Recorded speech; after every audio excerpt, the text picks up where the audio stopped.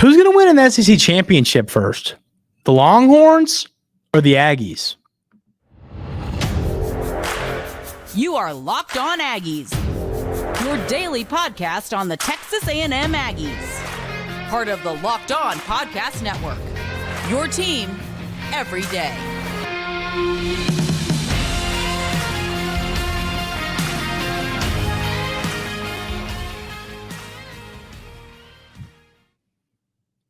Welcome on into Locked On Aggies. I'm your host, Andrew Stefaniak. Thanks for making Locked On Aggies your first listen every single day. Today, we're going to be talking a little bit about that debate I just kind of alluded to a minute ago. It's a fun one. I've been seeing it kind of float around of which of these two rivals is going to win an SEC championship first. Of course, with the Longhorns joining the SEC in 2024. To me, so I'm going to tell you what the answer to this question is.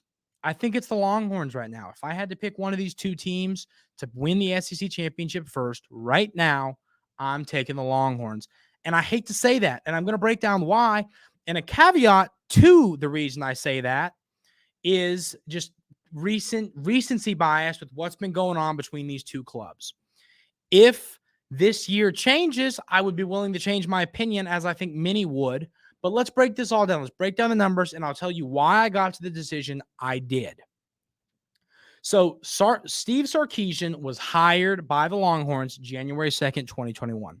So we're going to run through these recruiting classes, look at these numbers, and kind of discuss why I have the Longhorns as the answer right now, as much as it pains me to say that.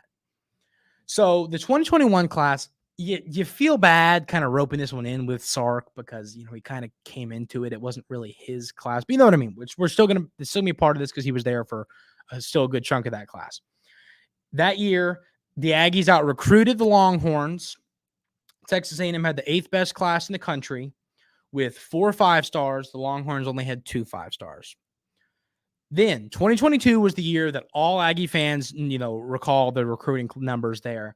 Texas A&M had, which it's kind of funny because you see these numbers written down and you forget how absurd this is. But number one class, of course, 14 5-stars. That just there's only 30 of them. 35. It doesn't feel like a human possible number. Texas that year also had a good recruiting class, but it wasn't really 5-star heavy. They had the number 5 class in the country, 2 5-stars, 24 stars. That's a lot of 4-stars. And like I say, there are not that many 5-stars. High 4-star players pan out a lot as well, obviously. So you can't knock a team for recruiting well with 4-star players. 2023, this is when the Longhorns kind of leapfrogged the Aggies on the recruiting front. Texas A&M had the 15th class with 3 5-stars. The Longhorns had the 3rd best class with 6 5-stars, which was, of course, highlighted by Arch Manning. That class was. We're going to talk about the 2024 class, even though I don't really think it's too early to be concerned, but I'm still going to throw the numbers out there just because. But Texas A&M was the 27th best class. Is the 27th best class currently. No 5-stars, 6 commits. The Longhorns are the 62nd best class. No 5-stars, 3 commits. So, it's not really worth talking about them, but thought I'd bring it up. Those classes are, of course, going to take big leaps forward eventually for both of these squads here soon. So you might wonder, well, Andrew, aside from now the most recent finalized recruiting class, the Aggies were recruited by Coach Sarkisian, but the two before that, the Aggies had a better recruiting class. Why are you picking Texas to win the SEC championship before the Aggies will? Well, let's look at it like this. Those three seasons, right? Now, you can kind of throw out the 2023 year for these numbers because we haven't seen these players on the field, but here's my take on the matter. In the last 3 recruiting classes, the Aggies have had 21 5-star players. The Longhorns have had 10. You take out, if you take out last year's class, it would be 18 for the Aggies and 4 for the Longhorns. So those would be the amount of 5-stars that have actually played for those teams. Still, a staggering number for the Aggies, not as many for the Longhorns. And yet the Longhorns have kind of been taking the opposite scale from the Aggies in the matter of the fact that here's the records from the last 2 years. A&M 8-4. There should have been a bowl game that year, but the game got canceled because of COVID. And then 5-7 last year, giving the Aggies a 13-11 record over the last 2 seasons. The Longhorns did the opposite, 5-7, pretty awful year. Then 8-5, making them 13-12 over the last 2 seasons. So basically, if you're looking at the map of these two teams, you have a team going up and you have a team going down.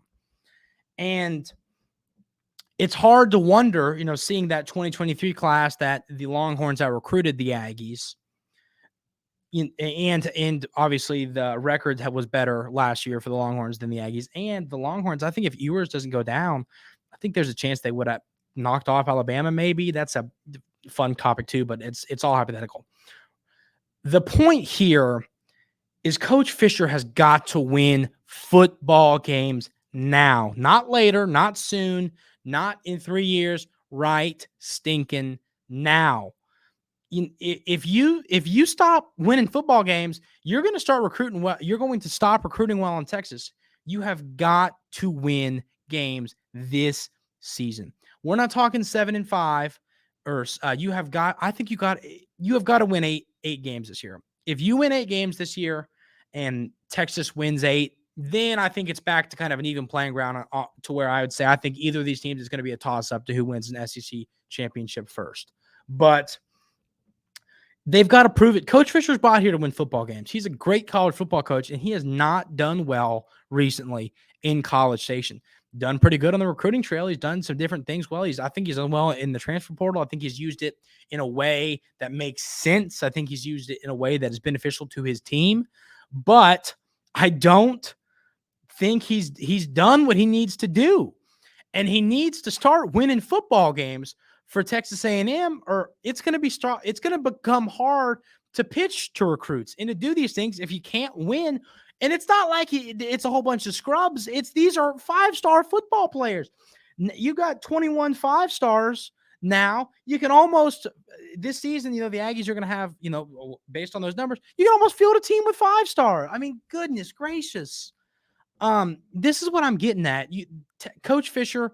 I like Coach Fisher. I've seen a lot of negative comments on Coach Fisher, and I get it. I'm a fan. Things make me mad all the time as fans. I'm going to say the cringy thing my dad would say, but it's short for fanatic. You know what I mean? It's you're a fan. You're crazy. And that's how I am. And that's how a lot of people are. But I've seen a lot of comments of people saying,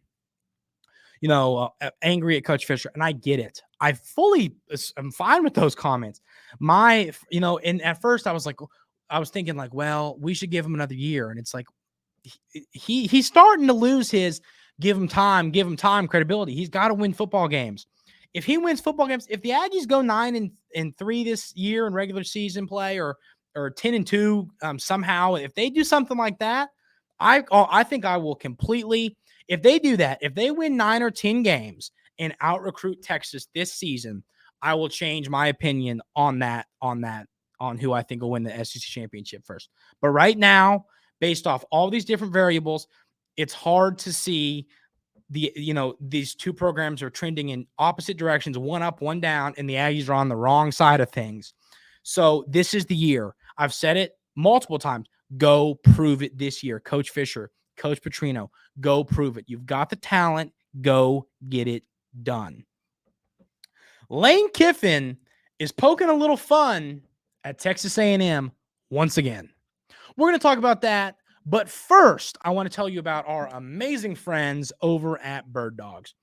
Bird Dogs are the most comfortable pants in the world. There are no more comfortable pants anywhere. You could go to Mars, outer space. You are not going to find more comfortable pants than Bird Dogs. They feel great. They're versatile pants. You can wear them to really do anything. I kind of like that. I hate leaving the house and you never know what's going to happen. Am I going to wind up playing cornhole and have somebody's behind to whoop or whatever event may occur? I like having pants I can wear anywhere, and Bird Dogs are exactly that. If you head over to birddogs.com/LockedOnCollege and type in promo code LockedOnCollege, Bird Dogs is going to throw in a free Bird Dogs logo Yeti style cup with every single order. Go check them out. I promise you are not going to regret it. Yeah, Lane Kiffin's messing around with the Aggies a little bit. And, this is something I can, whenever I'm making an episode, I can kind of tell what's going to have people a little angry or people are going to disagree with me. And I always say this, that's the fun of this. That's the fun of hosting this podcast for you all, is hearing what everybody's difference in opinions are. But when it comes to Coach Kiffin, I think his antics are funny. I'm sure a lot of people are going to disagree, and I'm going to ask you all that question here at the end of the segment. But I think Coach Kiffin's a funny guy. I think he kind of brings a fun side to college football. He brings that, like, you love him if he's yours, and if he's on the other team, you don't like him. Kind of, that's what he kind of brings to you, to a person. So if you're an Ole Miss fan, you love Coach Kiffin. Everybody else, it kind of irks him a little bit, and I get that. But Coach Kiffin, I think he's funny. He poked a little bit more fun at the Aggies with a Moneyball reference. First, before we really get into this, I'm going to plug the movie Moneyball because it is deserving. One of the best movies, best sports movie I think I've ever seen, besides maybe Tin Cup. But go watch Moneyball if you haven't. And that is in no way sponsored. That is just, you have to do it. Love them. Love that movie. But back to what we're supposed to be doing here. So Coach Kiffin posted a Moneyball reference on his Twitter yesterday. It was the picture I can picture it in the film. It's they were showing the salaries of the players of the two different teams of like the whole ball club. And for the Yankees, it was some crazy $1 million amount. And for the Athletics, it just wasn't that much money. And that's what the movie's about. It's about the Oakland A's have to put together a competitive roster with way less money than some of these other big market teams. And what Kiffin's getting at, I think, and like I said, it's all cryptic. It's everybody go look at the tweet, make of it what you think, tell me what you all think it means. But it was clearly targeted at Texas A&M. Multiple Texas A&M accounts have been reporting this, and it's all funny stuff, I think. But I think what he's kind of alluding to is saying, hey, I have way less NIL collective than you all do down there in College Station, and I beat you all last year. I think that's kind of what he's getting at. And, what is there to take away from this? Well, the first thing, too, this is not the first time Coach Kiffin has trolled Aggie fans. Quite frankly, I think he's now made fun of just about everybody. I mean, Tennessee fans have thrown golf balls at him. We've had Auburn fans thought he was going to be their coach for a few hours. Like, every FCC school now has a funny Lane Kiffin, something that's happened. But the other event that's happened with Coach Kiffin and Texas A&M was when he kind of called out Jimbo. Last year, Ole Miss beats Texas A&M, of course, 31-28. And it was 2 days before Halloween, I believe that game. It was getting ready to be Halloween. And Coach Kiffin called Jimbo. They asked Lane what he wanted to be for Halloween. And he responded, maybe Jimbo has a Joker outfit for me. I think, calling him a clown. I don't think, when we hear the word clown tossed around now, it's more of a, it's not like joking clown. It's, what I mean? Everybody that's on Twitter, you get what I'm saying. People get called a clown all the time. But I think that Kiffin was kind of joking when he said this. But regardless, the thing I want to take away from it is, even if, coaches, part of being a coach is you have to find stuff to motivate your team. And even though I think this is just harmless fun Coach Kiffin's having, well, yeah, I for sure could say that. I think he's just messing around, and I think it's a good thing for college football. I think it's funny. I think it brings a new light to these coaches. But as a coach, Coach Fisher, if I see that when you're getting ready, when you're practicing all week later in the season and you're getting ready to head on the plane or the bus or however they're going to get there to play Ole Miss, put that on the players' lockers. Give them something. Give the players something to get irked about, to get fed up with, to get angry about. And, maybe that's not the best get you hype, get you motivated kind of thing. It'd be better if Coach Kiffin said, hey, you guys stink, we're going to kick the crap out of you. That would be more motivating than this. But still, I'm a big believer in don't trash talk people because you don't want it to get thrown in your face. For me, when I'm at the YMCA raining threes, I don't crap talk anybody. I know my game. I know I am Curry-esque. So, and I don't got to let anybody know that. I let the game talk. Coach Kiffin likes to let his mouth talk, and his game talk. And I think that can bite you in the butt sometimes. And I think, if you're Coach Fisher, if you're these coaching stuff, print that out, put it on the lockers, have it be an extra motivator, because that game against Ole Miss this year in Oxford is going to be one of the pivot. I think that's one of the games that can decide 7-win season from an 8-win season, or an 8-win season from a 9-win season. I think that's going to be a big game for the Aggies to have this outstanding 2023 campaign. So it's a big game. And like I say, I think it's funny. I think the thing about Coach Kiffin is, I think, if I had to rank my go get a beer with SEC coaches on a list, Coach Kiffin will be up there, just because he's a funny guy, And so I think I think it's all in fun and it's kind of funny. But like I say, if you're A&M, take anything you can as a motivator to help you win a football game. So you all tell me in the comments, do you all think coaches should be saying stuff like this? Did this kind of make you mad? What was your reaction to seeing this tweet? I'm curious to know what you all think there. But at the end of the day, I think it's all fun and games, and I think it's kind of funny, and it's a fun part of sport and competition. The Aggies got a big win over South Carolina in Hoover. Yep, the Aggies are not going home. You can't make them. You cannot make them go home. Texas A&M got a big victory over South Carolina in the SEC baseball tournament to stay alive in Hoover, Alabama for one more day. And this was a good game. It was just a really well-played, quality baseball game. The one thing I like to see is the Aggies scored in 3 straight innings. I think one thing we see a lot in college baseball is, let's say it's in the second inning, South Carolina scores a run. I mean, this is a hypothetical. This isn't what happened in the game. But, South Carolina scores a run. You want to punch them back with 2 runs, or come back and tie them up. And so I think for the Aggies, when you score go get 3 outs, score, go get 3 outs, score, it's really deflating to a team. It's like the opposition is going to think, we're never going to they're going to score every inning. How are we going to catch up? And then it starts to get in your head. And that really is a big part of baseball, is continuing to add on runs. I think a lot of teams, I'm a big Braves guy. I actually cover the Braves a little bit for BravesToday.com. And, what they do a lot, they lead the MLB currently in first inning scoring. And then they'll have games where they kind of, they score 3 in the first run, and then they kind of slowly take the foot off the gas pedal. I think you have to, in baseball, keep your foot on the gas pedal. And that's what the Aggies did today. That's what they were able to do. They were able to keep that foot down on the gas pedal. You keep adding runs. You score in 3 straight innings. It's really deflating for an opposing team. Now, Lampkin, wow.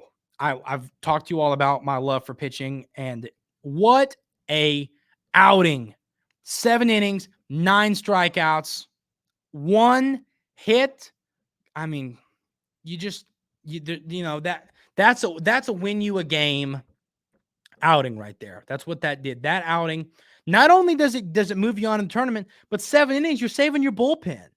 So this Aggie team is in a good spot right now.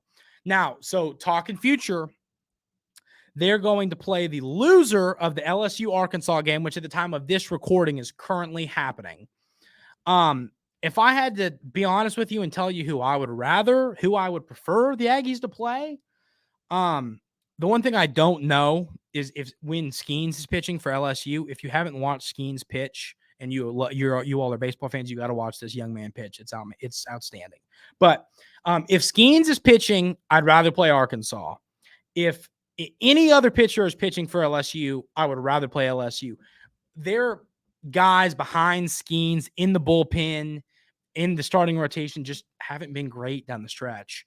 Now, LSU's lineup is one of the best lineups I've ever seen. I mean, it's just top to bottom. It's just outstanding. So I think, like I said, that's how I'd sum it up. I think I'd rather play the Skeens-less LSU Tigers than Arkansas. I'm curious what you all think. Some might disagree. Of course, the Aggies lost to Arkansas earlier in the tournament via walk-off homer, and that one was a little bit painful. But Texas A&M's put themselves in a good position to maybe improve some seeding in the NCAA tournament. This baseball team is playing well. The Aggies never really were able to get hot during the season. And I think momentum is one of the biggest things in baseball. I think it's one of the biggest things in all sports. So, you win that series against Mississippi State to close out the season, to get you to that 14-win mark, to pretty much lock you in as an NCAA tournament team. And then you head to Hoover and win 2 games already, and you're still playing. This team's gaining confidence day by day. And like I say, that Arkansas game, I don't think those players are hanging their hands. They fought their behinds off and played them close, extra innings, got walked off by a homer to lose the game. They played what's going to be a top 3-4 seed in the tournament really close. So this team's hitting a stride at a really good time to hit a stride. I think the pitching's figuring things out. I mean, Wansing the other day was outstanding. Lampkin's been outstanding. Having your pitching locked in is a good thing. Now, the only thing I'm going to gripe on today, I griped on it yesterday, but the Aggies did walk 6 today. Cortez walked 3 in 2/3 of an inning. Not a great outing there from him, but it's going to happen. Not everyone has a great outing every time. I get it, but you got to cut the walks. Now, they did cut them from last game. We talked about it. It was 8 against Arkansas. You cut it down to 6. Now, whoever you play next, whether it's LSU or Arkansas, again, cut that down to 4. Cut it down to 0. But walks will kill you. You don't want to walk a lot of people, and that is definitely something the Aggies are going to want to figure out before they get to wherever they're playing their regional. But it's something I think I don't see it being a concern. I think the Aggies are going to kind of figure it out, how to get more strikes over the zone. Maybe stop playing with your food and just get it in the strike zone. But this Aggie baseball team's hot, and it's hot at the most important time of the year to be hot. It's like in college basketball. You want to be hot when the season's almost over. That's what this baseball team's doing. They're getting some momentum. They're feeling good about themselves, and that is a good thing. That is the recipe for a deep run. And the last thing I'll add, I know that the Aggies aren't really going to be like one of the last teams in the tournament, but they're one of the lower SEC teams that are going to be in the NCAA tournament. And look what Ole Miss did last year. I'm not calling my shot on that by any means, but I'm just saying when this team is put in their seed and finds where they're going, I think this Texas A&M baseball team can go on a run and is going to surprise a lot of people, especially the way they have been playing over these last few games, or whether it be the Mississippi State series and so far in Hoover. Well, that is going to do it for today's episode of Locked On Aggies. I appreciate you all tuning in. We will talk about wherever Texas A&M is heading for the NCAA baseball tournament and whatever outcome happens the rest of the SEC baseball tournament on Monday's episode. We'll break that all down then. I'm excited to bring you all that information. But like I said, that's going to do it for today. I really appreciate you all tuning in. I hope you all have a really fun, exciting weekend. Get a lot of nothing done and enjoy yourselves. And we will see you on Monday.